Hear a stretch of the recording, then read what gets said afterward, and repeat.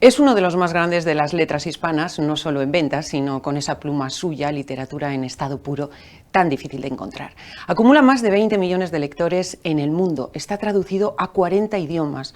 Muchas de sus obras han sido llevadas al cine y a la televisión y ahora mismo hay varias en ciernes. En su pasado encontramos a un reportero de guerra que durante 21 años cubrió 18 conflictos armados. Hoy conviven un marinero a lo Marlowe y un maestro de la literatura. Creo que desde que he arrancado a hablar tiene usted claro que hablo de Arturo Pérez Reverte, miembro de la Real Academia Española y de la Asociación de Escritores de Marina de Francia. Ahora nos engancha con La isla de la mujer dormida, este libro que tengo en mis manos y que ve usted detrás de mí. Una novela realmente magistral, de esas pocas que uno lee con pausa y con ansia y relee de nuevo para volver a disfrutarla, comprender su arquitectura y encontrar nuevos significados, mensajes y paralelismos. Es una historia de corsarios modernos que transcurre en el mar Egeo durante los años de la Guerra Civil Española. En ella, un objetivo militar, una pequeña isla Cíclada, negociaciones entre espías en Estambul y un triángulo amoroso muy turbio formado por un marino mercante español, el barón Catelios y su esposa, una mujer cargada de rencores, hastiada, rota y sin embargo fuerte, tan revertiana. El resultado, como le decía, una novela de la que es imposible despegarse hasta que se llega a la última línea.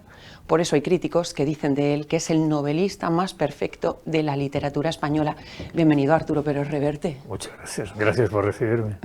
Una novela, digo, de corsarios, eso sí, modernos. ¿Cuándo nació esta novela? ¿Cuándo empezó a gestarse en ti?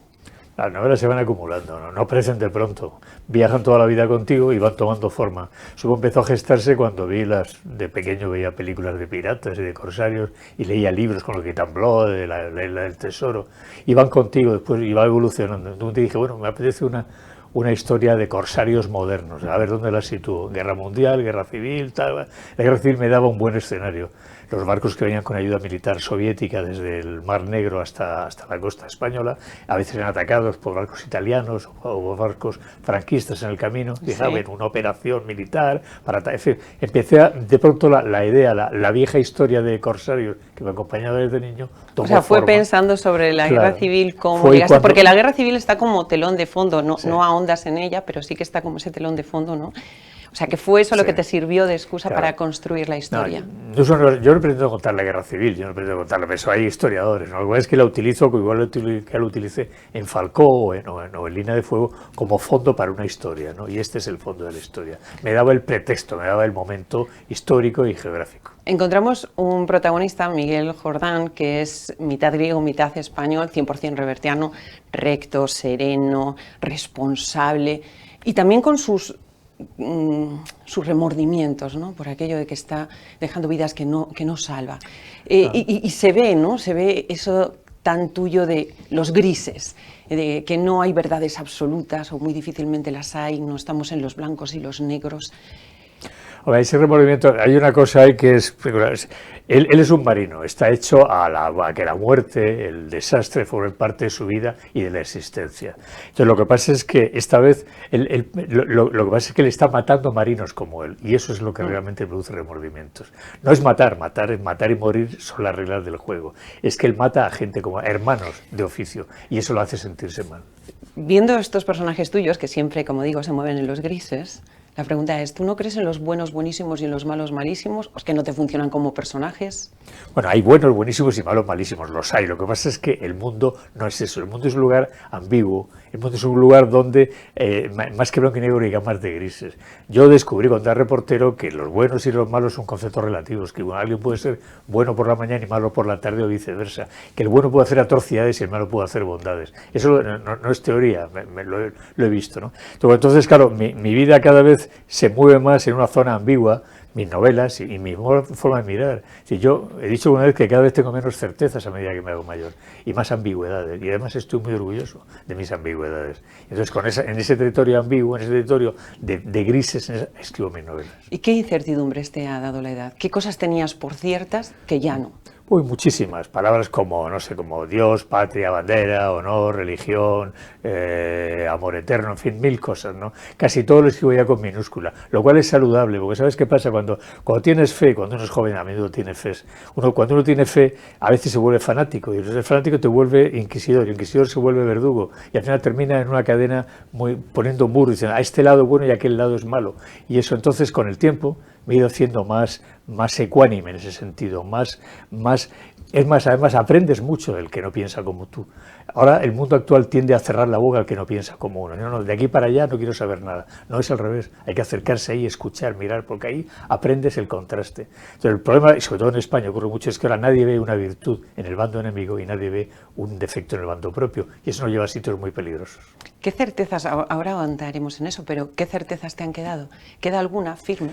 Algunas, muy pocas, la lealtad. Hay cosas en las que no te equivocas, ¿no? Hay palabras que son manipulables, palabras como he dicho, honor. En España hablar de honor es peligrosísimo porque ahí se mete mucho canalla, ¿no? Patria, fíjate, ¿no? Patria, ¿qué es patria? Nación, España, Cataluña, País Vasco, Andalucía, ¿qué es la bandera? Bandera, ¿qué bandera? Eso es, pero hay palabras con las que nunca te equivocas, hay palabras que son la prueba del 9, como lealtad, dignidad, valor. Entonces, esas son las palabras que la vida me ha dejado todavía intactas y con esas palabras escribo mis novelas. ¿Y qué es para ti la lealtad? Bueno, la lealtad es mantenerte fiel a aquello que amas y en lo que crees, ¿no? Defenderlo aunque estés solo en el territorio a defender, defenderlo aunque la opinión esté contra ti y sobre todo ser leal a la gente a la que debes serlo. Mantenerte firme, aunque eso te perjudique, aunque implique la derrota. O sea, pelear aunque te derroten porque sabes que debes pelear. Eso es la lealtad, y sobre todo lealtad a los amigos. La palabra amistad en mi vida es muy importante y bueno, es digamos a lo que más culto he cambiado palabras que de pequeño me enseñaron por la palabra amistad y lealtad. Y digamos que mi religión, mi patria, mi vocación, mi esfuerzo se dirige a ser leal a aquello en lo que creo y a aquellos a quienes amo. Mira, estás hablando de la amistad, dos personajes que son muy importantes, aunque son secundarios, son amigos que caen en bandos enemigos y que se pasan información, bueno, hasta cierto punto, ¿no? Sí. Y se ve ahí de nuevo lo que hablábamos, de que se tiende a sesgar todo, a polarizar, a hablar de o estás en un bando o estás en otro. Cuando se mira al pasado, cuando se mira la guerra civil, se considera que unos estuvieron en un sitio o en otro, y no fue tan fácil como eso, ¿no? Podías ser amigo de alguien y caíste donde no querías ni siquiera caer. La guerra civil fue un territorio muy complejo, que claro, ahora la gente habla de ella con clichés a menudo de segunda mano, pero claro, a mí me la contaron los que la hicieron, mis padres y mis tíos, y hay gente de mi generación cuyos padres la hicieron. Y después yo he vivido guerras civiles varias, o sea, tengo una cierta, no autoridad, pero sí una cierta información sobre lo que es ese territorio. Entonces, bueno, en ese terreno las guerras civiles son lugares muy ambiguos. Entonces yo, a la hora la novela tiene tres tramas: la trama de aventura marina, la trama de amor y la trama de espionaje. Hay dos espías en Estambul, uno republicano... Muy divertidas además las conversaciones entre ellos. Uno es republicano, tres franquistas, se conocen de antes de la guerra, son amigos. Entonces, bueno, son enemigos teóricos, pero en realidad juegan al ajedrez, se hacen trampas, juegan unos a otros. Ese juego, esa ambigüedad, esa relación que es de amistad y de enemistad y de amor y de odio y de trampeo y tal, es lo que caracteriza a los dos espías, mis dos espías de Estambul, ¿no? Entonces, bueno, y para mí es un buen símil de cómo realmente las relaciones humanas. Lo has dicho, ¿no? Juegan al ajedrez. El ajedrez está muy presente en todas tus obras. Casi se podría decir que esta novela es una partida de ajedrez en el Egeo, ¿no? Lo es. ¿Es el ajedrez un reflejo de la vida? Sí. De hecho, un capítulo se titula Un capítulo de ajedrez en el Egeo, precisamente. Sí. No, es que ¿sabes qué pasa? Que yo crecí, yo soy muy mal jugador de ajedrez, soy un pésimo jugador de ajedrez, soy muy mediocre. Conmigo basta esperar y cometer un error que me... Pero te gusta mucho. Me gusta mucho, pero a lo mejor una jugada brillante me meto en ella sabiendo que es igual, quiero hacer esa jugada y pierdo la partida. Es muy fácil ganarme al ajedrez a mí. Pero claro, yo crecí entre ajedrecistas, mi padre era muy buen ajedrecista y todos sus amigos que eran además marinos mercantes jugaban todos al ajedrez. En el mar se juega mucho al ajedrez, o se jugaba, no sé ahora. Entonces, bueno, el caso es que crecí, entonces claro, para mí, siendo pequeño, asomarme al tablero, ver esos cuadros, escaques blancos, negros, la reina, el rey que aparentemente es el poderoso y es el más débil de todos, que debe ser protegido, la reina que es la mujer que es la más poderosa. Hay un montón, digamos, de símiles, de símbolos de vida que aprendí o que los intuí en el tablero de ajedrez. Entonces, por eso el ajedrez me fascina, no tanto porque yo sea un jugador de ajedrez bueno, sino porque me siento ante un tablero y veo cosas que me explican el mundo. o que me permiten entender mejor el mundo. Por eso soy un fanático del ajedrez, siendo un pésimo jugador de ajedrez. Y tus novelas podríamos decir que son eso, partidas de ajedrez, donde estamos viendo a cada uno de los personajes. Llama mucho la atención en este libro que tengo aquí en mis manos, La isla de la mujer dormida, el sexo utilizado como arma intelectual, ¿no? Sí. Tenemos un triángulo amoroso, digo, un matrimonio de amores ya muertos, de odios muy vivos, entre ellos de rencores. Es una relación muy complicada, ¿no? Y aparece una mujer, Lena, que es una mujer que está en un matrimonio en el que no es feliz, pero que sin embargo en un acto de autodestrucción continúa ahí, ¿no? Tan complicada ella. ¿Tan complicadas nos ves a las mujeres, que siempre pones mujeres complicadas?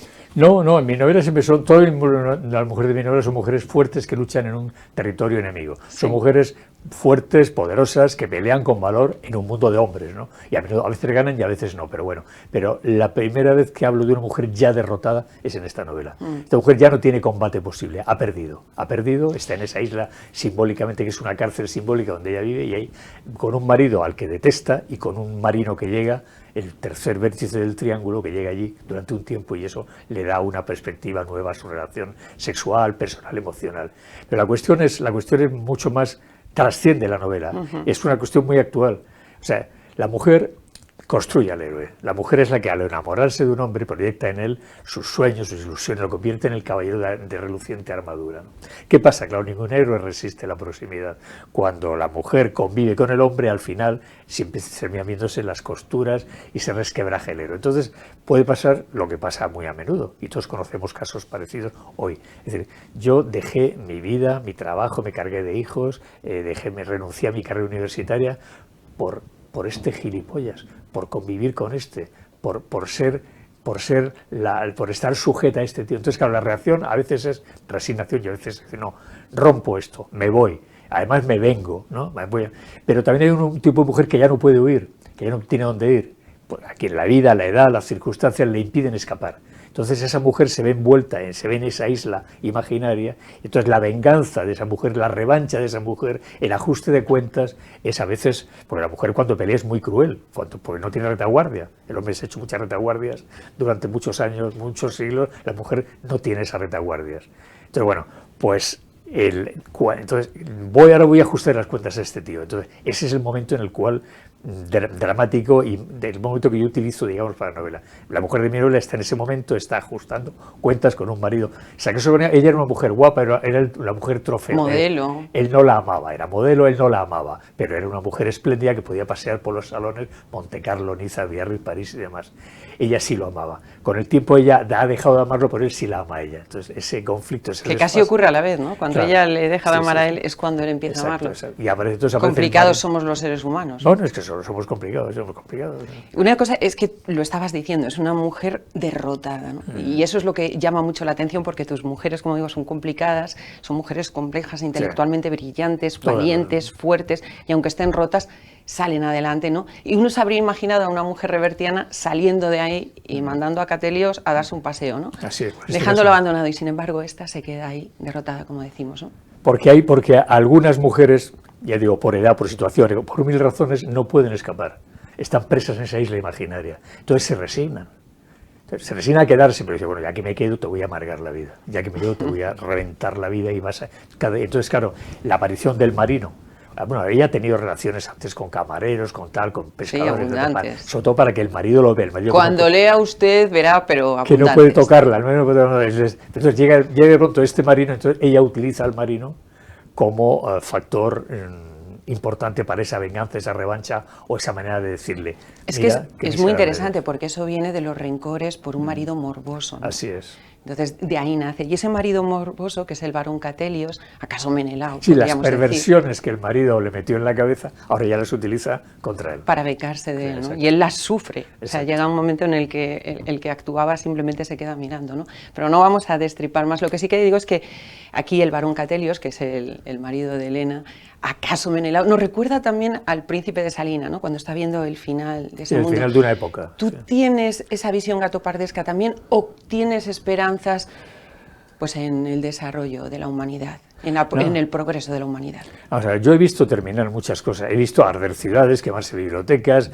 exterminar familias. He visto una casa con las fotos de Navidad en el suelo, pisoteadas y la familia degollada en el patio. Eso lo he visto. No es literatura, me lo han contado. Entonces yo tengo un sentido de que las cosas terminan. Pero aparte de eso, además, soy muy lector de historia. Entonces, bueno, pues, y sé que los mundos, los ciclos terminan y van acabando y vienen otros, ¿no? Por lo tanto, estamos en el final de una época. Entonces, no es que yo me sienta gatopardesco, es que los finales de las épocas son gatopardescos. O sea, yo estoy viendo el final de un mundo que es este, igual que el barón Catelius de mi novela, hace en el año 1937, ve el final de otro mundo. Entonces, como yo tengo, digamos, está ahí en su isla viendo que... Claro, bueno, yo tengo esa visión, o sea, yo lo veo claramente el final. Entonces, puedo comprender. No es que yo comparta la manera de ver el mundo del barón Catelius. De hecho, a lo mejor hasta me alegro. Hasta me alegro, porque a veces hay una parte perversa en mí que se alegra, no de las desgracias, pero sí de que un mundo injusto, estúpido o absurdo termine de mala manera. A veces hay una morbosa satisfacción, expectación, digamos, ¿no? Merecemos acabar así, ¿no? A veces uno lo piensa, pero eso es todo a lo que llego. Pero Barón Catelius lo sufre, su mundo, un mundo de elegancia, de casinos, de hoteles de lujo, de dinero, de tal, desaparece en el año 1937 y viene un mundo diferente.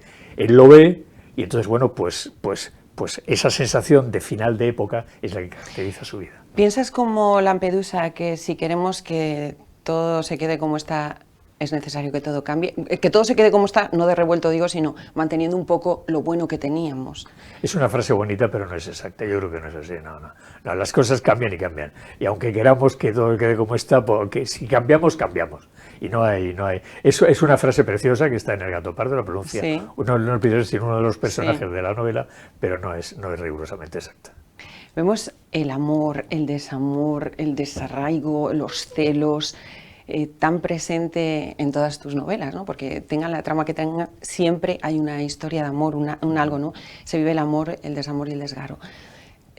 ¿Tú piensas como tu amigo Luis Alberto de Cuenca que el amor no es algo natural, sino que es algo cultural? O sea, que fue creado primero por la poetisa Safo de Lesbos y después por otros clásicos griegos y por los provenzales hasta llegar a Dante.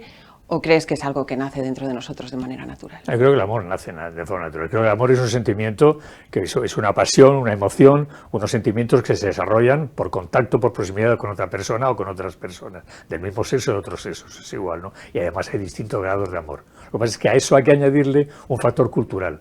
A ese sentimiento, a esa emoción natural, que es el amor elemental, digamos, se añaden factores. Si tienes una cultura, tienes unos conocimientos, tienes una visión del mundo determinada, proyectas en ese amor, lo completas, lo rodeas, lo enriqueces con todo ese mundo que llevas contigo, o la persona amada. El amor ya pasa a un estadio superior, el amor como acto cultural, digamos, como realidad cultural, será sin duda, y tiene razón Luis Alberto, pero es verdad que el sentimiento original primario es ese primario, es la atracción física, emocional por otras personas a las que afectan a tu vida, ¿no? Pero insisto, la parte cultural también es muy importante porque hay amores que se vuelven experiencias extraordinarias, elegantísimas, maravillosamente enriquecedoras, justamente porque proyectamos en ellas ese factor cultural que llevamos 3.000 años acumulando. Voy a volver a esto que estabas diciendo, que has dicho hace un momento, de que casi te alegrabas de que llegáramos al final de donde estamos ahora mismo, ¿no? No, la verdad no es alegrarme, digamos, lo veo con expectación, lo veo con interés, o sea, es ser testigo lúcido de las cosas es muy interesante. O sea, ver las cosas sabiendo por qué se producen y sabiendo cómo van a terminar, porque has leído. Entonces, bueno, es un espectáculo curioso. Quizá también la edad, al ser mayor, a lo mejor si fuera joven estaría, digamos, más apasionadamente mezclado en la lucha, en defender o atacar ese mundo. Pero como yo tengo ya una edad determinada, lo veo ya, digamos, como una especie de testigo ecuánime, sereno, y es muy interesante terminar una vida viendo el final de un mundo. Tú en tu Twitter dices, yo no tengo ideología, lo que tengo es biblioteca, ¿no? Es una butada. Y pero bueno, teniendo biblioteca, que es un poco lo que dices, uno puede entender muchas cosas y puede un poco adelantarse a lo que puede venir y preverlo y frenarlo, ¿no? Sin duda. ¿Dónde crees que vamos? Porque tú dices, estoy pues viendo cómo se va todo. No, vamos al final de un mundo. Hay un mundo determinado, un mundo que empieza hace... Este mundo de banderas, por otro lado, ¿no? Bueno, y de ideologías mira, extremas. Te digo, tú dices que no tienes, pero... Hay un mundo que está terminando, hay un mundo, un tipo, una manera de entender la vida, las relaciones, la política, la sociedad, que está, y viene otro. Bueno, yo lo que es que claro, el problema, la realidad es que yo fui educado en aquel otro. Yo soy del mundo que se extingue, yo formo parte de un mundo que se acaba. Yo puedo, yo tengo 73 años que hago el mes que viene. Yo puedo adaptarme, hacer un esfuerzo intelectual, incluso físico, para adaptarme al mundo que me ha tocado vivir en esta etapa de mi vida. Pero eso no quiere decir que yo me vaya a volver ahora un moderno, un viejo moderno que intenta adaptarse y mimetizarse con el entorno. No, yo soy de allí. Yo fui educado para abuelos nacidos en el siglo XIX y nací en el 51. Pero yo fui preparado para un mundo que ya no existe o que está dejando de existir. Entonces tengo la suerte, tengo la desgracia de que ese mundo se acaba. Tengo la suerte de que estoy viendo dos mundos, morir uno y nacer otro. ¿Y cómo crees que va a ser este que nace? ¿Dónde crees que vamos? No lo sé, no voy a estar aquí, no me importa gran cosa, realmente no. No sé si está mejor o peor, desde luego no es el mío. Insisto, y lo digo sin ningún tipo de rencor, ni preocupación. No es mi mundo, y está.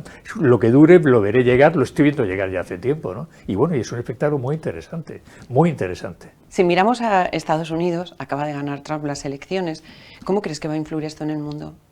Pues influirá mucho, supongo, pero vamos, tampoco me preocupa gran cosa. ¿Sabes qué pasa? Cuando tienes una edad y una biografía y unas lecturas y una forma de ver el mundo, y además tienes un mar por el que navegas, que en ese mar todo se diluye como un analgésico, y paso mucho tiempo en él y espero poder pasar más a partir de ahora, te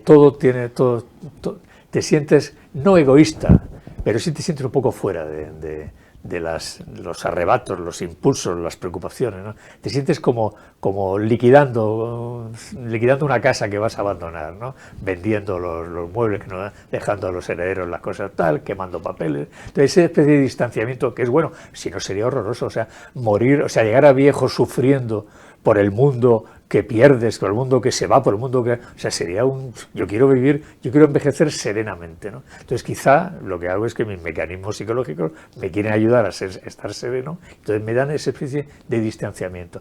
Trump, la verdad, me importa como ciudadano del mundo, pero realmente en lo personal no me importa gran cosa. O sea, no te preocupa ni te alegra. Es que, claro, no, es que no es problema, Trump no es problema mío, es problema vuestro, de los jóvenes, el mío ya no es, yo he tenido mis propios problemas, los he tenido, los he peleado con ellos, he luchado con ellos, he pagado mis precios, me he jugado lo que tenía que jugarme en cada momento, yo he hecho mi trabajo.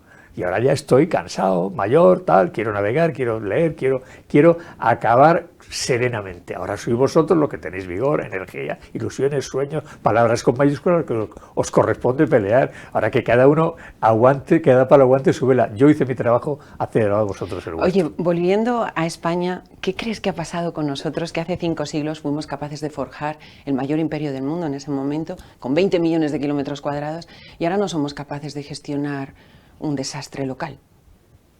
O sea, ¿cómo puede llegar un imperio así a una decadencia así? Bueno, no cabe en una entrevista, es un proceso complejo que tiene mucho que ver con la historia, con muchas cosas más, pero que sí hay una realidad actual que es la siguiente. Ahora hay una clase política que va desde la extrema izquierda a la extrema derecha, que ha hecho de esto un negocio. Es un negocio. ¿Quiénes antes sacaban la sangre de los españoles? Pues los reyes imbéciles, los curas fanáticos, los ministros corruptos, los aristócratas egoístas. ¿Quién nos saca ahora? Pues ahora nos saca la clase política, la nueva aristocracia, la nueva clase dirigente, la nueva élite que chupa la sangre a los demás, se llama política. Insisto, política desde allí hasta aquí. Entonces, bueno, pues es así. Entonces, claro, frente a eso solamente hay una defensa, que es que el ciudadano, el votante, sea culto, esté educado en los mecanismos intelectuales que permiten defenderse de la manipulación y de la mentira. Pero como cada vez somos menos cultos, cada vez nos han retirado la educación ministros, yo siempre he dicho que si hubiese algún día un Nuremberg cultural, habría que ahorcar, como en Nuremberg, a un montón de ministros de cultura y educación españoles de los últimos 50 años o más. Entonces, o más, de los últimos 100 años. Entonces, ¿qué pasa? Que al privar a los jóvenes de una educación, de una forma crítica de analizar el mundo, los estamos dejando, los han dejado indefensos en manos de los manipuladores y los canallas, ¿no? Es un problema de educación y yo creo que es irreversible. Yo claro, creo que no hay un pensamiento crítico. No lo hay, pero no lo hay porque es que no es lo mismo el impulso. Los jóvenes son maravillosos, sí, por supuesto, porque un joven, lo que ha pasado en Valencia, coge la pala, se va para allá, eso está bien, es un impulso generoso, pero no hay esa especie, digamos, de soporte intelectual de esa actitud. Es una actitud impulsiva, emocional, magnífica, brillante, extraordinaria, valerosa, pero lo que no hay es ni los jóvenes ni los adultos, ahora es esa manera crítica de ponerse frente a la manipulación de los poderosos. Es decir, no, vamos a ver, ¿qué ha dicho usted? Pero mire usted, no, porque tal. O sea, tener referencias culturales que te permitan oponerte, defenderte frente a eso. Entonces, mi lamento es que justamente los mecanismos que defienden a un ser humano de la manipulación de los canallas se llaman educación y cultura. Y eso en España, por muy generosos que sean los jóvenes y muy buenos que sean, poco a poco se va diluyendo. ¿Cómo veis los planes de educación y cultura en la RAE? ¿Los veis con preocupación? Tú ya dices que sí, pero la RAE en conjunto. La RAE últimamente frecuento poco la RAE. Se ha vuelto demasiado, la RAE se ha vuelto demasiado tolerante con muchas cosas, ¿no? Y entonces, bueno, hay cosas que no estoy de acuerdo, así que bueno, lo veo, estoy allí, la respeto, pero procuro no mezclar demasiado en las últimas decisiones. Decías esta semana en El Hormiguero, y para seguir un poco con lo que estás diciendo, que Pedro Sánchez, siguiendo la estela o continuando esa estela de Zapatero, había levantado un muro en el que pues dividía a los españoles, ¿no? Y pese a ese muro, y pese a la mala gestión que se está realizando de Valencia, sin embargo, la gente, si hubiera elecciones, volvería a votar. ¿Tenemos una sociedad, vivimos en una sociedad enferma? ¿Estamos los individuos enfermos de ceguera? No es enfermedad, es que el español, eso ocurre en todas partes, se mira en Estados Unidos, pero el español es uno de esos ejemplos, ¿no? En España, normalmente, nunca, lo he dicho antes, nunca aceptamos una virtud del adversario ni nunca aceptamos un defecto en el bando propio, ¿no? Somos muy de bando, somos del Betis o del Sevilla, del Barcelona o del Español, del Atlético esos blancos y negros, ¿no? Aquí no, esa ambigüedad en la cual yo me gusta mover a mis personajes se da muy poco en la vida, quizá por eso voy a ella deliberadamente, ¿no? Entonces, es muy difícil aceptar que el otro puede, el debate, la confrontación intelectual, no, es esa confrontación casi física, el muro tuyo, la línea verde, defínase, reverte, está allí, es machista o feminista, es derechas o de izquierda, usted, no es tan fácil, pero defínase, ¿no? Esa exigencia continua de que te estés situando en un bando o en otro, y si estás aquí, si dices algo aquí, eres amigo de los otros, eso es muy español. ¿Por qué pasa? Pues no lo sé. Yo creo que también es una cuestión de cultura, como decía, es una cuestión de cultura también. Tú eres muy valiente, tú escribes libros, escribes artículos, algunos de historia, otros en los que te pronuncias, y luego tweets en los que te mojas, y bien, ¿tiene un precio mojarse?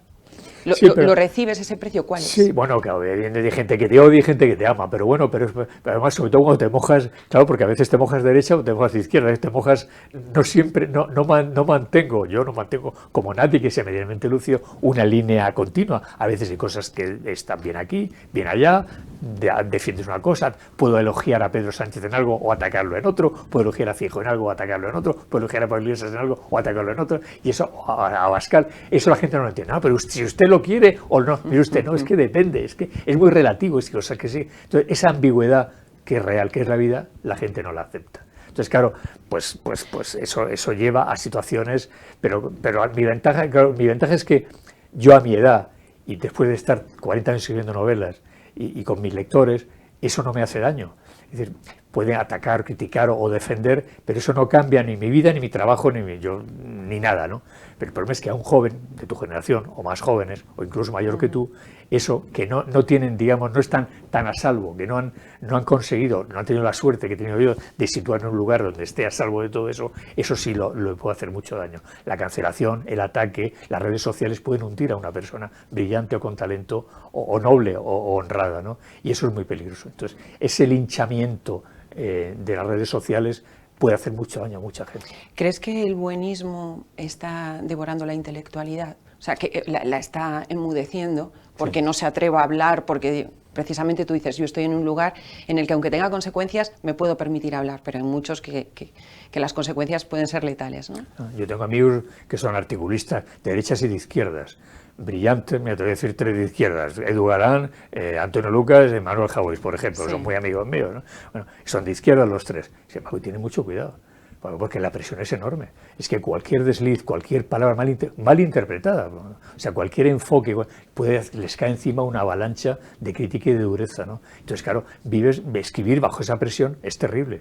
A mí eso no me pasa, insisto, porque tengo la suerte de que ya pasé esa línea peligrosa por edad y por trabajo, ¿no? Pero ellos todavía están ahí, en el campo de batalla. Y eso es terrible, que gente lúcida, gente, insisto, hasta de una ideología que no es la tuya, pero la que es muy interesante escuchar, porque se aprende de todos, de aquellos y de estos, se la silencia y no se atreven a ir hasta el final de sus ideas por miedo a la sanción social. Claro, es que lo dramático de este muro que levanta para unos derechas, izquierdas, buenos, malos, ¿no?, de odios y de amores, hace que si uno se pronuncia mínimamente, por mucho talento que tenga, sea directamente te cancela. desechado, Te ¿no? cancela. Te cancela. Puede ser el cineasta mejor del mundo, puede ser el escritor más fino, el poeta más extraordinario, el músico tal. Si dices algo que no coincide en ese momento con el sentir general, la tendencia, van a por ti. Y entonces tu obra no vale para nada. Da igual que seas un genio en la música, en las matemáticas o en lo que sea. Eres lo que sea, te han puesto la etiqueta y ya, este tío no, que no hable, a taparle la boca.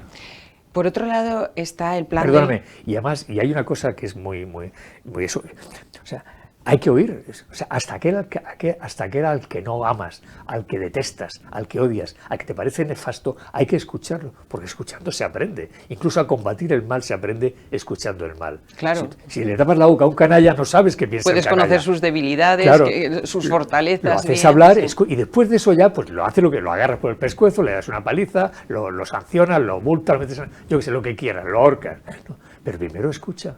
¿Cómo no escuchar a un verdugo, a un torturador, a un dictador? ¿Cómo no escucharlos? ¿Cómo no escuchar a Mussolini, a Hitler, a Franco, a yo que sea, a cualquiera, o al Che Guevara o a Fidel Castro? ¿Cómo no escucharlos? ¿Cómo no escuchar a Stalin, o a Beria, o a Lenin, o a Pol Pot? ¿Cómo no escucharlos?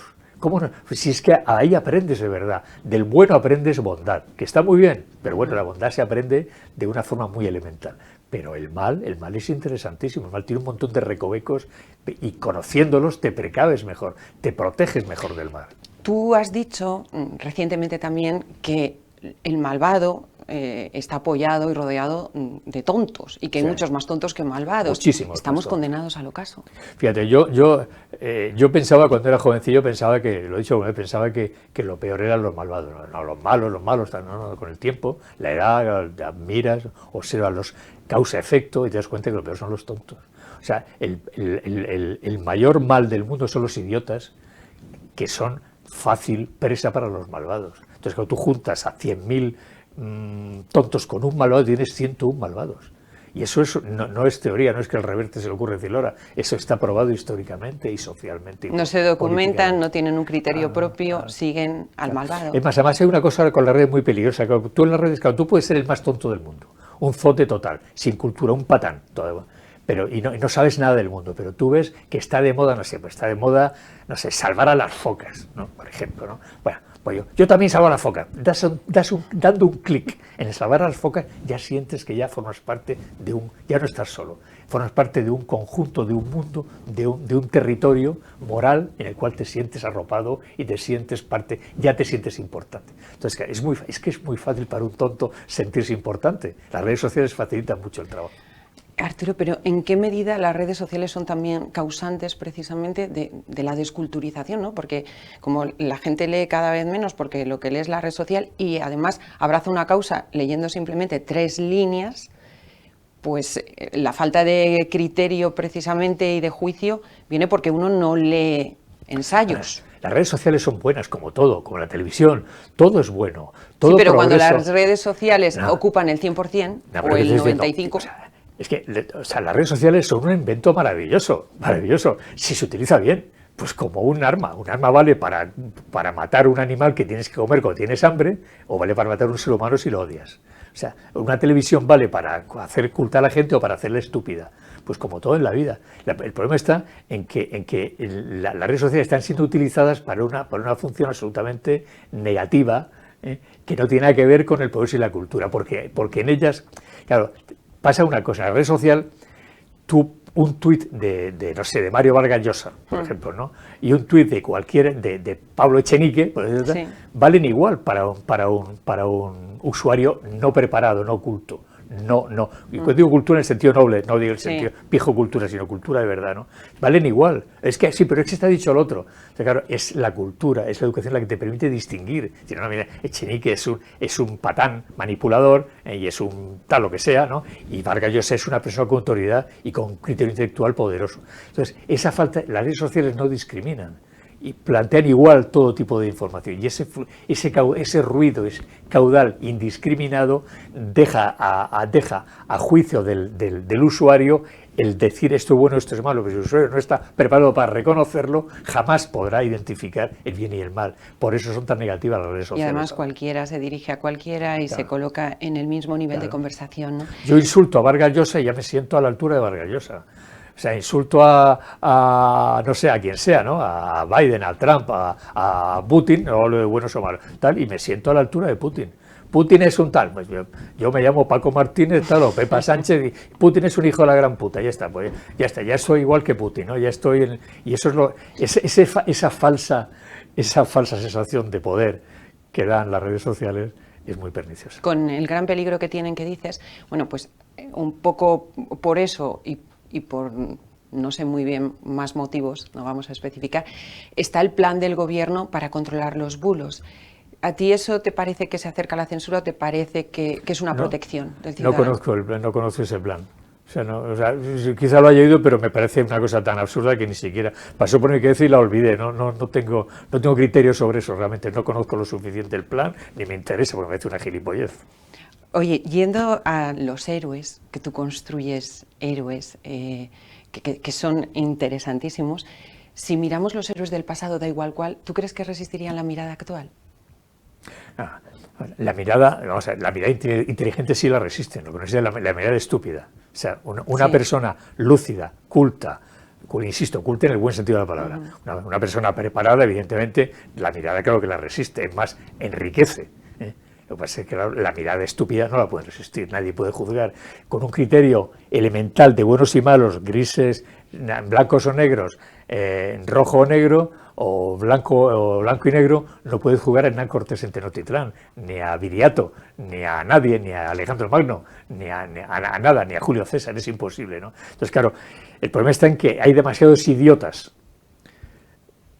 juzgando con su mirada parcial y actual y mezquina e inculta hechos cuya importancia trascienden sus conocimientos.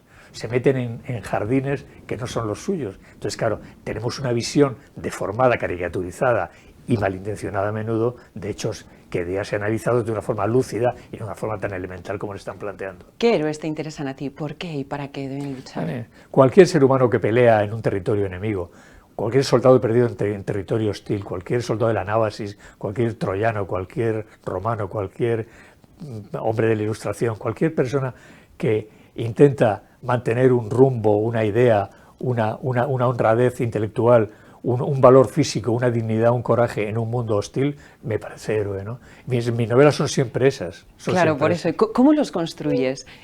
Tú te sientas ahí, te pones como a hacer la arquitectura del personaje, van viniendo ideas a ti poco a poco, lo tienes y luego lo vas rehaciendo ese personaje hasta que te pones realmente a escribir. ¿Cómo es ese proceso? Nadie pone lo que no tiene. No digo que sean mis virtudes, digo que yo he conocido gente con esas virtudes, he conocido gente así de la que salen mis novelas. Entonces, con la mochila llena de ese tipo de gente, voy sacando esos personajes para mis novelas.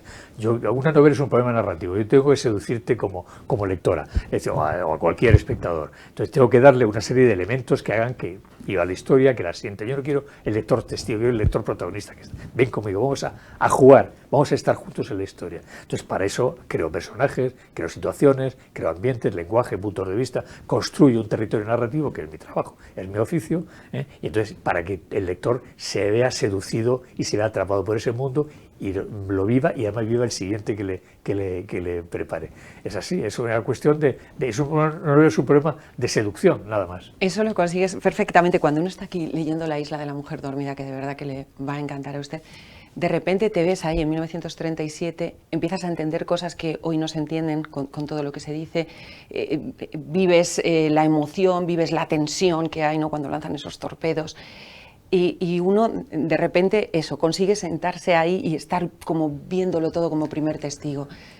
¿Eso lleva a hacer y rehacer mucho? ¿Cómo es ese proceso de creación? Bueno, esto es un trabajo. Esto a mí no, yo no me siento bien una musa que me inspire, ay, qué bien, y hago taca, taca, taca, taca. No, esto es un trabajo de meses. Eres disciplinado escribiendo. Claro, todos los días son 8 horas diarias, a ver esto cómo lo hago estructuras, voy a los lugares, hago fotografías de los sitios, planifico escenas, leo cosas que me ayudan a tener el tono adecuado para esa novela, busco personajes, mezclo mis recuerdos personales, gente que conocí, o recuerdos biográficos con cosas que imagino, o sea, construyo un mundo, porque sobre todo, como he dicho, eso para mí es muy importante.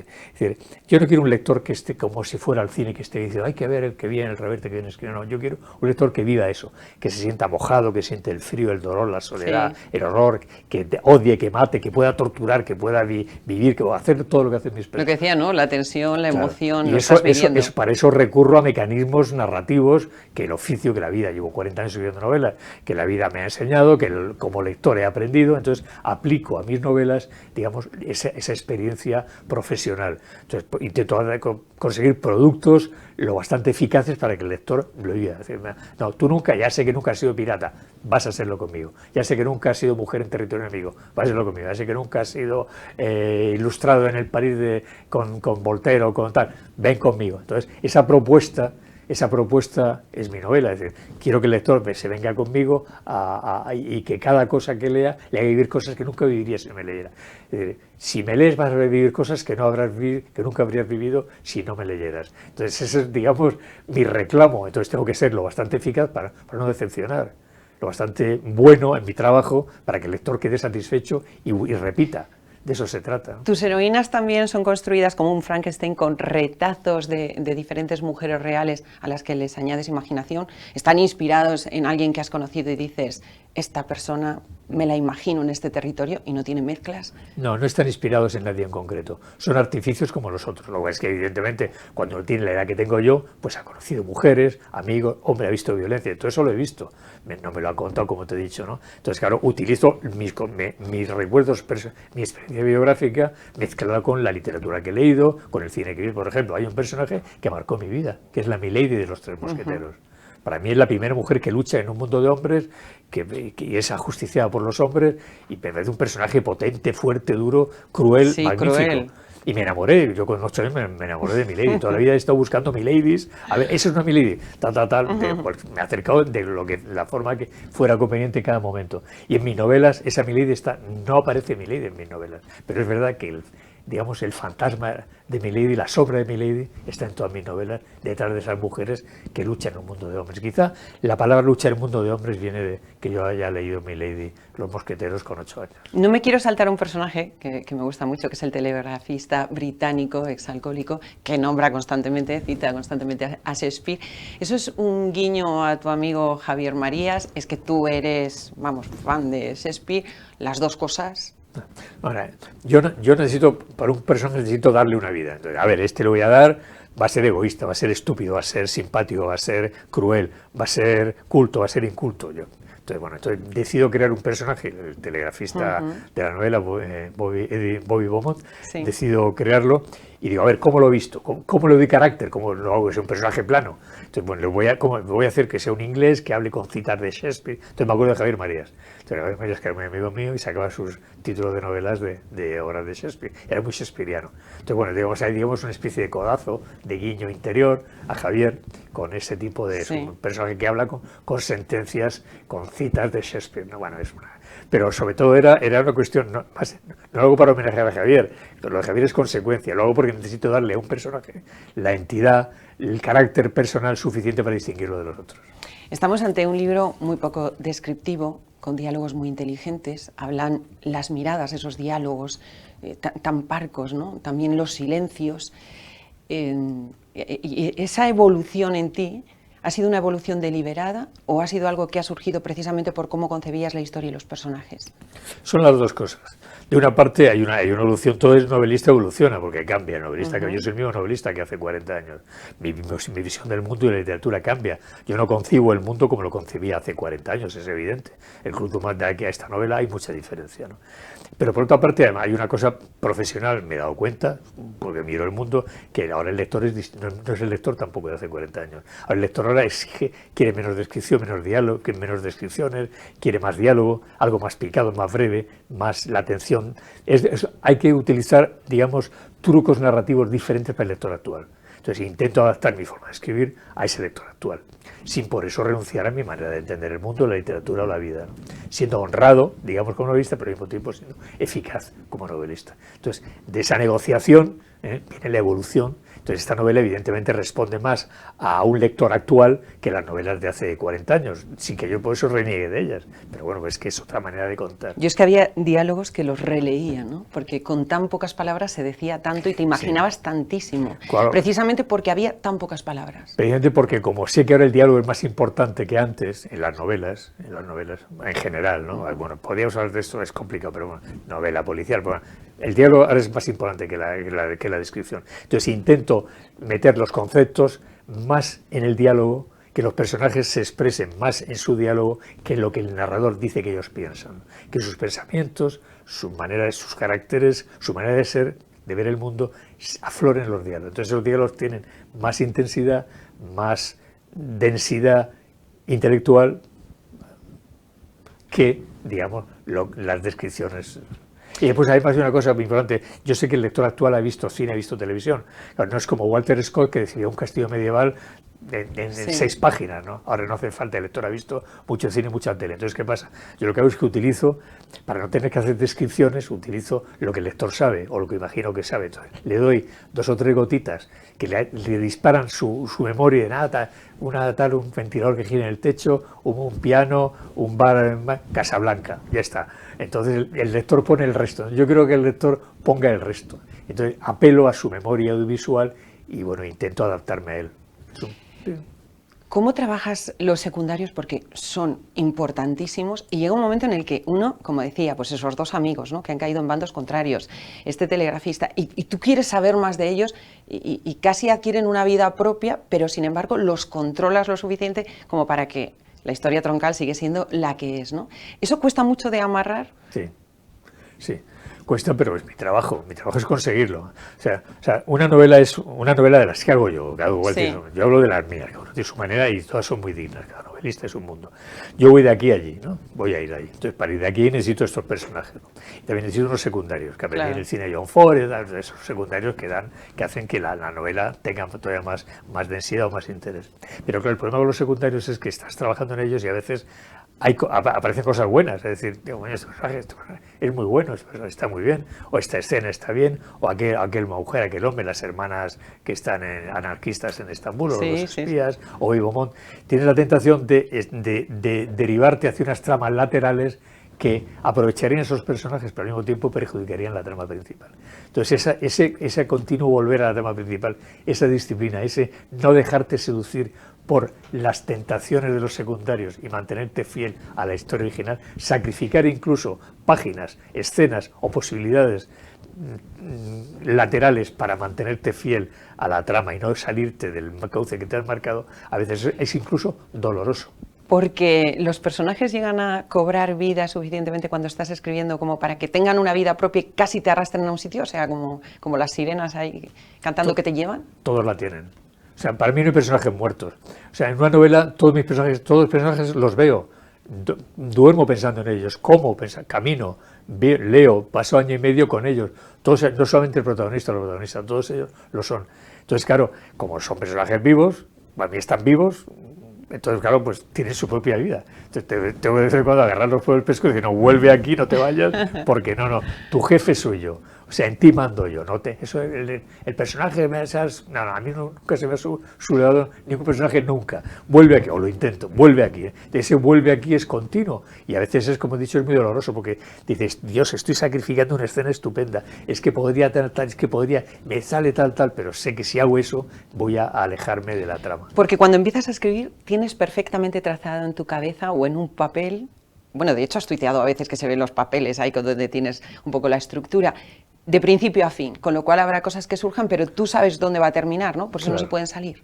Digamos, hay un 75%, un 70%. Es que los hay que dicen que son de brújula y que van... Yo lo tengo clarísimo. E incluso sin brújula. Ha habido alguno que ha confesado aquí.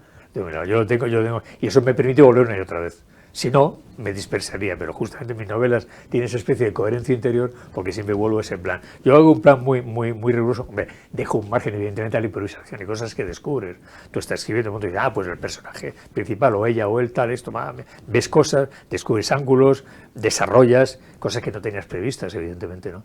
Pero siempre hay una línea, un hilo, digamos, de acero, un hilo interior que permite volver y mantener, articular en torno a él toda la historia. Cerca de 6.000 islas griegas y tú vas y te inventas una, te creas la tuya propia, ¿no? ¿Cómo fue eso? ¿Cogiste el mapa y dijiste yo la quiero aquí y me la invento y luego voy a hacer una introspección? O sea, y me voy ahí a localizar. ¿Te fuiste allí y estando allí localizaste? Cuéntanos. Yo dije, a ver, ¿cómo lo haría? Hay barcos soviéticos que tienen ayuda militar a la República.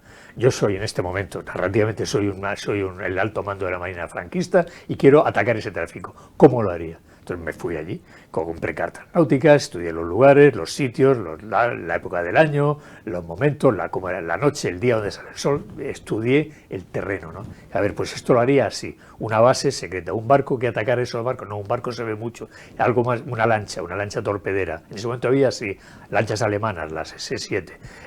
Precisamente la Alemania le dio a Franco 4 lanchas, voy a hacer que leer una quinta, esa quinta me la llevo al Egeo. A ver, una base secreta, islas, ¿qué isla? Una que, a ver, si pasan por Andros, por Tinos, tal, por Milos, ¿dónde pondría yo la base? La pondría en esta isla, a ver cómo se llama esa isla. Esa isla se llama Manolita, pues no me vale, necesito que se llame otra cosa. Vale, voy a la isla, la veo.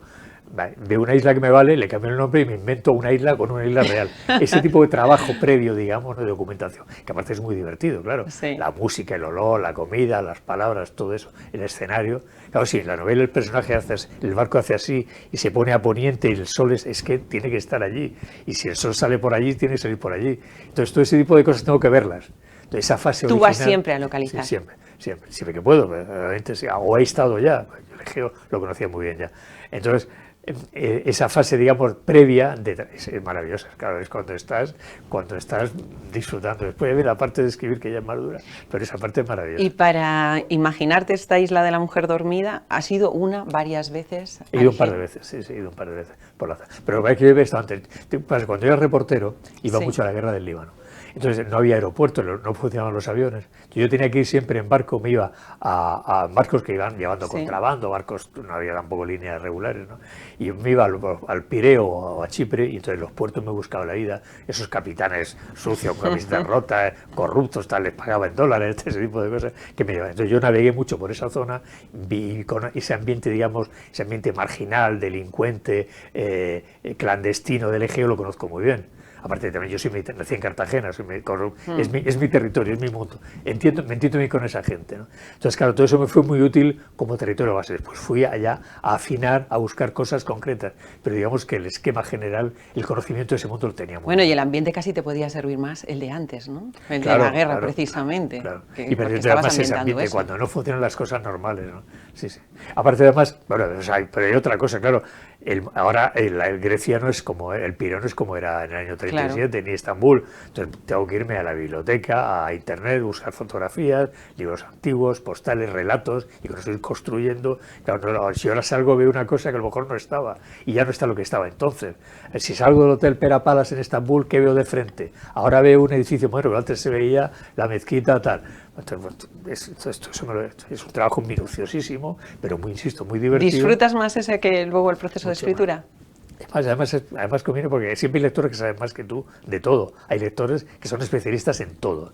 Entonces, mire usted, no, señor Reverte, es que en el año 37 había un árbol, un eucalipto en la plaza, porque lo saben además los tíos y te lo dicen, te hunde. Mire usted, no, la cámara fotográfica Kodak 36 se inventó en el año tal, ahí era la cámara tal, ese tipo de cosas. O el cigarrillo Papastratos no llevaba filtro, es gente que lo sabe. Sí. Entonces, claro, sabiendo eso, pues intentas ser lo más riguroso posible para que no te pillen, digamos, ¿no? Entonces también es una especie de pulso con el lector muy divertido y muy enriquecedor.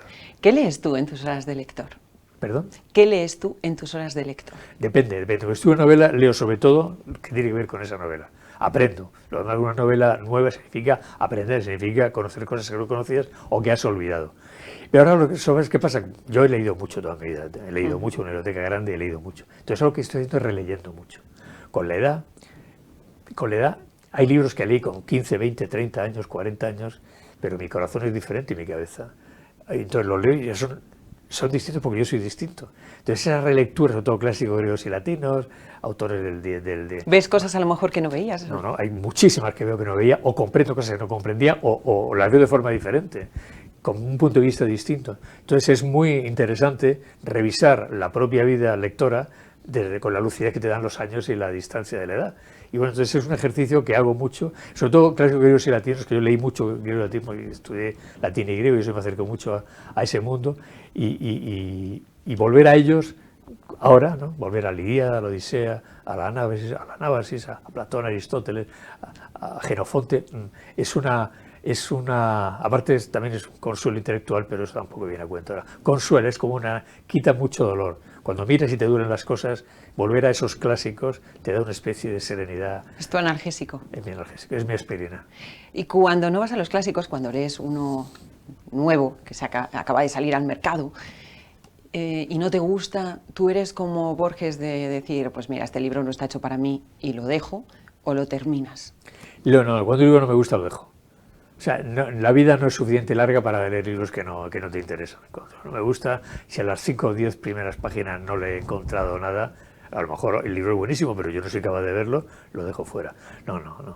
Leo, lo que es que leo los libros de los amigos te mandan su libro, te lo lees. ¿No? Con lo cual te quedan pocos nuevos, claro, ¿no? Porque entre los de los amigos y los clásicos... No soy muy de lector. Mira, el último libro moderno que me gustó muchísimo, se llama Un caballero en Moscú, de Amor Towles, sí. que después hay una serie de televisión normalilla, pero la novela era magnífica, lo leí ahora como 2 años, me gustó muchísimo, ¿no?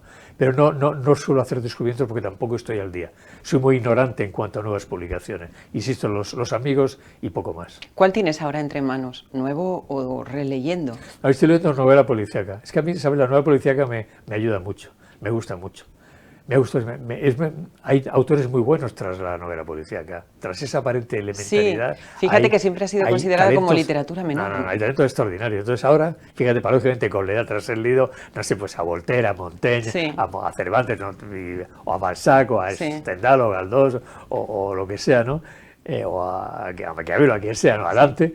Ahora, paradójicamente, con lo que más disfruto, el placer lector, lo que me devuelve esa especie de hormigueo expectante del lector que descubre cosas en la novela policial. Entonces me encuentro sorpresas en un autor, Peter Shelley o George Harmon Cox, autores secundarios que no son tampoco grandes maestros de la literatura, ¿no? Pero que encuentras cosas que me divierto. Llevo siempre una novela policíaca en la mochila, siempre. ¿Dónde encuentra la felicidad Arturo Pérez Reverte? En el mar. Porque la felicidad para mí es el olvido, la serenidad, el distanciamiento. El mar mantiene lejos el mundo. El mundo actual no me gusta. Quizá porque he vivido un mundo muy duro, muy cruel y no puedo evitar proyectar ese mundo que viví en el mundo actual. Yo miro y estoy viendo. Llevas una especie de fantasmas que te acompañan toda la vida. Fantasmas que no puedes borrar, que están ahí, ¿no? Gritos, recuerdos, sensaciones, olores, ¿no? Entonces el mar, como yo navego en un velero, el mar me obliga. Un velero, el mar no es una chica guapa en la proa y tú leyendo junto en una playa de color esmeralda. El mar es un temporal en invierno, en invierno son los ponientes, es buena época para ir pegado a Levante, pero bueno, un temporal, el cansancio, el barco que viene de noche, aquella racha de viento, el barómetro que baja, es una continua incertidumbre, ¿no? Y esa incertidumbre me mantiene tan atento, tan tan concentrado para sobrevivir, para no perder mi barco y los tripulantes que llevo y no perderme yo, que me mantiene todo el tiempo lúcido, vivo, activo, ¿no? Y no da tiempo a otras cosas. Entonces no pienso, yo en el mar no existe Trump, ni Sánchez, ni Pablo Iglesias, ni Abascal, ni Feijóo, ni nada, no existe la pandemia, no existe nada. Existe mi barco, el mar, el tiempo que haga y yo. Y eso es un lugar tan perfecto que es para mí, aunque esté pasando lo malo, que esté blasfemando bajo un temporal, rizando una vela, tal, aún así, eso es felicidad. Pero tienes el foco puesto totalmente en el mar, ¿no? Con lo cual eso es la felicidad. abstraído de todo lo demás. Ese reto, ¿por qué lo buscas? ¿Es un poco sustitutivo también, además de todo lo que nos has dicho de que te lleva a ese punto, sí. ¿Es un poco sustitutivo de las guerras?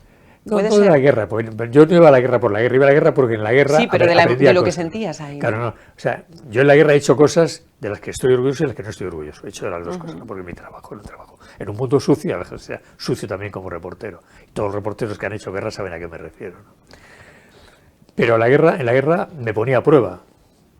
Resistencia, valor, cruzar aquella calle, caminar con más sopa que tu sombrero durante días y días, bajo el desierto, ese tipo de cosas, ¿no? Entonces ahora ya soy mayor, tengo 73 años y ya la vida es distinta, ya no hago eso, hago otras cosas, ¿no? Pero el mar me devuelve al que fui, en el mar me reconozco, el chico aquel que iba con una mochila jugándose la vida en tal sitio, o que trampeaba con un contrabandista en el Pireo para que llevara en su barco, o que engañaba a un aduanero senegalés, o que sobornaba a un policía mexicano, ese joven audaz y bueno, y como todos los jóvenes, ¿no? Bueno, pues ya murió hace mucho tiempo, ¿no?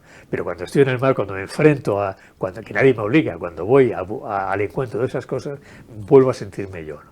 Vuelvo a sentirme que soy marino, que soy capaz de hacer frente a la soledad, al miedo, al dolor, al cansancio. No me siento joven, pues soy viejo, pero vuelvo a sentir que el Arturo que me acompañó en mi juventud sigue todavía ahí a mi lado y bueno, y eso es muy agradable. Decías antes que tu patria son tus amigos, un poco, cierto. ¿no? Y pero el Mediterráneo. El Mediterráneo, te iba a decir, el mar también. ¿Y podría serlo también la infancia? ¿Consideras que la patria de un hombre es la infancia? Bueno, sin duda. Sin duda, la patria de verdad, la que no engaña, es la infancia, sin duda. Pero además la mía transcurrió junto al mar, en el Mediterráneo. Mi infancia fue mediterránea. Yo buceaba sacando ánforas romanas con 12 años del fondo del mar. Entonces estaban a 10 metros, ahora ya no están, pero entonces a 10 metros, o pescaba, y estaba ahí, veía barcos que iban por allí, y me iba al puerto a ver marineros de lenguas extranjeras o mujeres que fumaban y me decían, niño, ¿qué haces aquí? Vete a tu casa. Tipo de cosas, ¿no? Entonces, claro, para mí el Mediterráneo es un lugar en el cual empecé a ver, me asomé al mundo. Biblioteca en mi casa y mar Mediterráneo fuera de casa. Entonces, claro, para mí mi infancia está vinculada a esa patria de libros y de mar. Entonces, bueno, mi infancia es una biblioteca, pero también es una playa y un puerto. Si piensas en esa infancia, ¿te viene nostalgia, te viene felicidad? No, me viene una sonrisa tolerante y comprensiva. O sea, me viene decir, bueno, fue una buena infancia, tuve suerte, fui un niño privilegiado, otros no tuvieron tanta suerte, ¿no? Pero yo crecí en una familia que me educó bien, no tuve nunca necesidad, pude estudiar, otros no pudieron hacerlo, ¿no? Y tienen mucho más mérito que yo, lo mío no tiene mérito ninguno, a mí me dieron muy fácil, ¿no? Bueno, pero es verdad que después cuando hubo que utilizar aquello que te habían dado, intenté utilizarlo lo mejor posible, ¿no? Y bueno, creo que hice mi trabajo bien hecho, ¿no? Pero me recuerdo de niño con ternura, ¿no? Yo cuando ese niño que iba ahí se cogía su escopeta y su casco de plástico, se iba bajo la lluvia caminando por los montes ahí, imaginando que estaba... O sea, era aventurero. Sí, ese niño que iba allí, era un mundo distinto entonces, ¿no? Ahora no dejaría a un niño hacer eso. Yo con mi escopeta de juguete, teniendo 8 o 10 años, mi casco de soldado, lloviendo por el campo y por el barro y tal, imaginaba que estaba en una guerra en Corea o en tal. Y bueno, o conocía a una niña en el colegio que me enamoraba de ella y veía como la miraba y la niña me miraba y me sonreía y tal, y a lo mejor le tocaba una mano y para mí eso era la felicidad. Ese niño, evidentemente, tengo nostalgia, ¿quién no la tiene? Tengo nostalgia de él, por supuesto, ¿no? O sea que lo de reportero de guerra ya te venía desde niño, ¿no? Bueno, tú ya estabas queriendo un poco vivir la emoción de aquello. Quería ir a los lugares donde pasaban cosas, ¿no? Quería ir a lugares donde había héroes y villanos y mujeres guapas y amigos leales y bueno, entonces lo he descubierto en los libros, en el cine y en mi imaginación. Y lo hice. Es que mi suerte es que lo hice. Fui a esos lugares y los conocí, a esos amigos, a esas chicas, a esas situaciones, ¿no? Por eso digo, soy un hombre privilegiado y con eso escribo novelas. He tenido una vida muy... ¿Sabes? Fíjate, solo hay una cosa que realmente me atormenta, sería exagerado. es cómo acabar, ¿no? O sea, lo que tengo miedo es que el final, los finales, yo he visto muchos finales, ¿no? Y a veces el final, las agonías largas te hacen perder la compostura. Es así, lo he visto muchas veces. Sí. Hay gente que no, pero gente que sí, ¿no? Entonces, me gustaría tener derecho a una muerte parecida, a un final parecido a la vida que tuve, que ha sido una vida, digamos, para mí muy interesante. Pero temo que la vida, que está en cabronceta, pues te haga la pirula, el ictus, tal, la cosa tal, de que, bueno, que te lleve a otro camino, que te sitúe en un lugar en el cual no sea tan digno ni tan a tono contigo mismo el final, ¿no? Quizás esa sea mi única preocupación, ¿no? A ver si tengo suerte y termino como he vivido. Es el iceberg que te amenaza. Tú que Siempre hablas hay siempre del iceberg y del siempre hay Titanic, iceberg. ¿no? Siempre hay iceberg. Así que espero, el último iceberg espero sortearlo, no chocar con él. Bueno, yo para volver a algo alegre, que voy a volver a la infancia, ese niño que dices aventurero, inquieto, curioso, que también estaba en una biblioteca, ¿soñó en algún momento con ser escritor o eso es algo que llegó después y que entonces ni te imaginabas? No. Yo escribía bien porque mi familia eran cultos, la biblioteca era gente educada, sí, y me enseñaban a escribir desde pequeño. Yo antes de ir al cole ya sabía escribir, me enseñó mi madre, ese tipo de cosas, me hacían leer. El día de mi comunión, mi mamá dijo, solamente regalarle libros, no regalarle el reloj, la pluma, no, solo libros. Y tuve una biblioteca con 8 años, biblioteca de 30 y tantos o 40 libros míos, ¿no? Y entonces, bueno, pues ese es el de ahí arranca todo, ¿no? Pero fui un niño feliz, tuve mucha suerte, aunque es verdad, como os he dicho, que después intenté ganármela. Si te pido que pienses en un recuerdo de tu infancia, emotivo, divertido, el primero que te venga a la cabeza, ¿cuál sería? La primera vez que caminé junto a una chica y me sentí varón y ella mujer. O sea, yo tenía como 7 años y fui, o menos quizá, íbamos a un sitio que se llamaba una playa junto a donde yo vivía, junto al mar, se llamaba Los Parales. Íbamos en un autobús, nos llevaban ahí a los chicos y a las familias y tal. Y hay una niña que se llamaba Flori, que era vecina mía.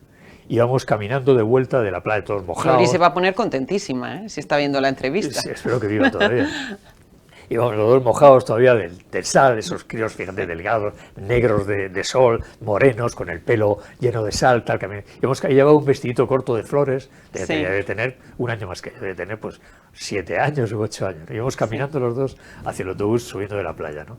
Entonces ella caminaba a mi lado y entonces yo me sentí que iba con una chica guapa, ¿no?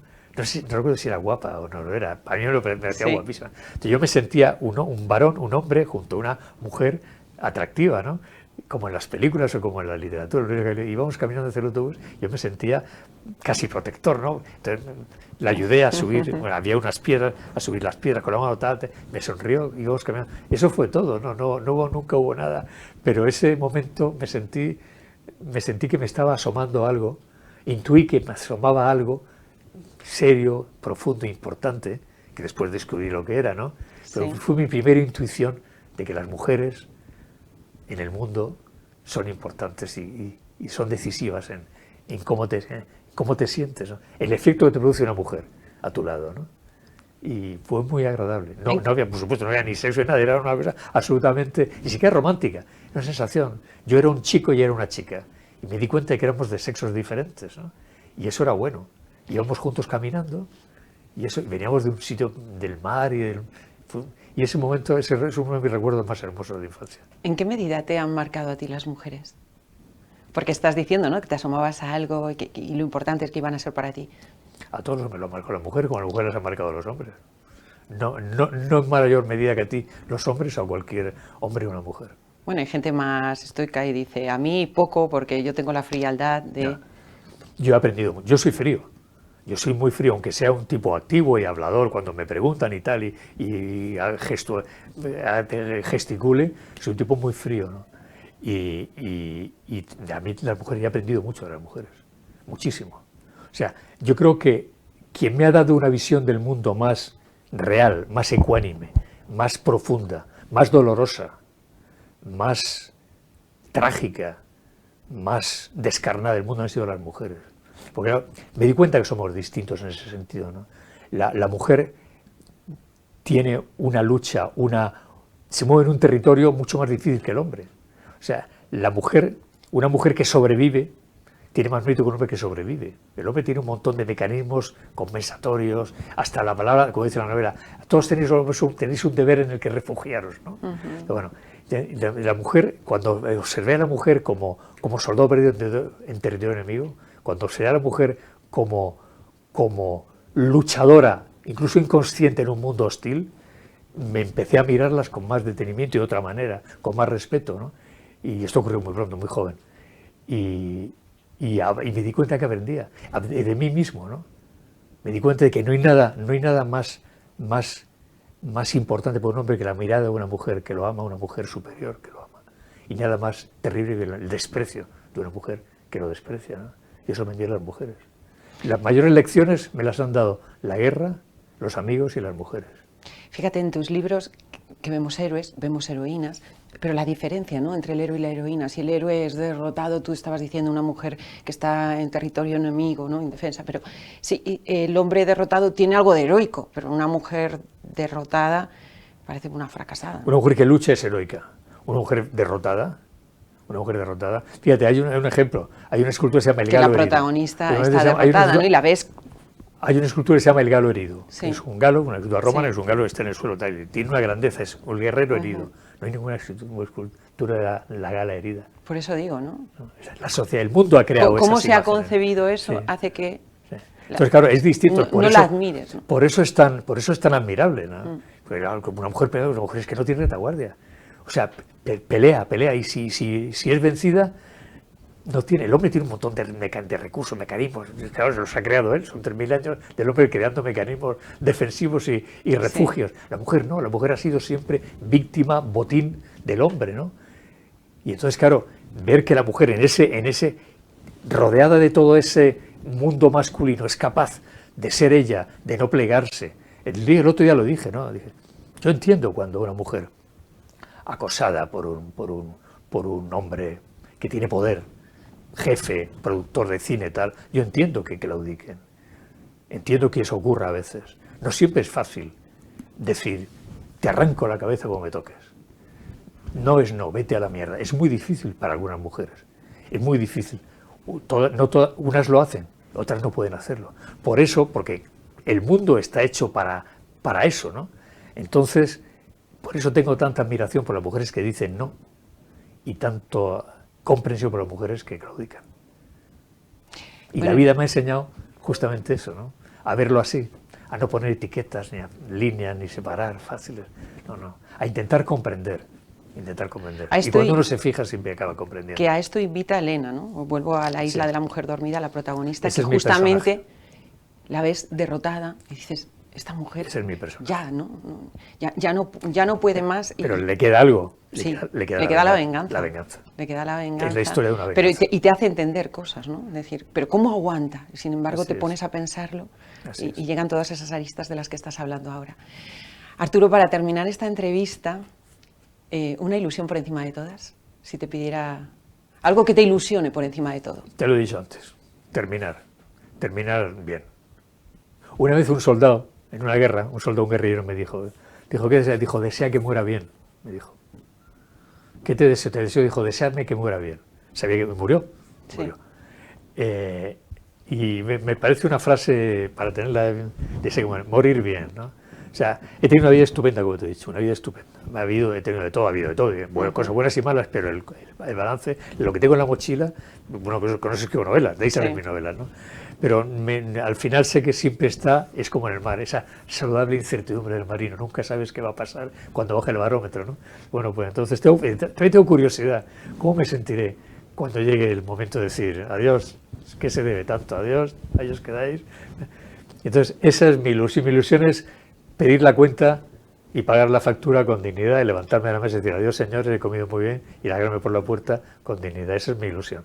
Y espero que la vida sea lo bastante generosa como ha sido hasta ahora para concedérmela. Tú dices, he vivido cosas buenas y malas, y sin duda las duras, durísimas, quedan, o por lo menos muchas de ellas, plasmadas en El pintor de batalla. Es un libro al que yo quiero hacer mención porque realmente me parece magistral. Es mi única novela. Y hace reflexionar tanto. Sí. Mira, Territorio Comanche es una novela que cuento cosas, ¿no? Pero mi única novela autobiográfica de verdad es El pintor de batallas. Pues con esa novela, con esa invitación a que lea usted El pintor de batallas, que le digo, le va a encantar segurísimo, y La isla de la mujer dormida, porque es una novela con mayúsculas, las dos lo son. te doy las gracias, nos quedamos con esa ilusión por encima de todas, ¿no? Que es terminar bien. Pero que sea dentro de muchísimos años, que lo será, y que mientras tanto pues nos veamos muchas más veces con muchas más entrevistas. Prisa no tengo ninguna. Muchas gracias. Muchas gracias, Arturo Pérez Reverte. Nos vemos de nuevo la semana que viene, aquí, con otra entrevista muy interesante en El Foco. Hasta entonces.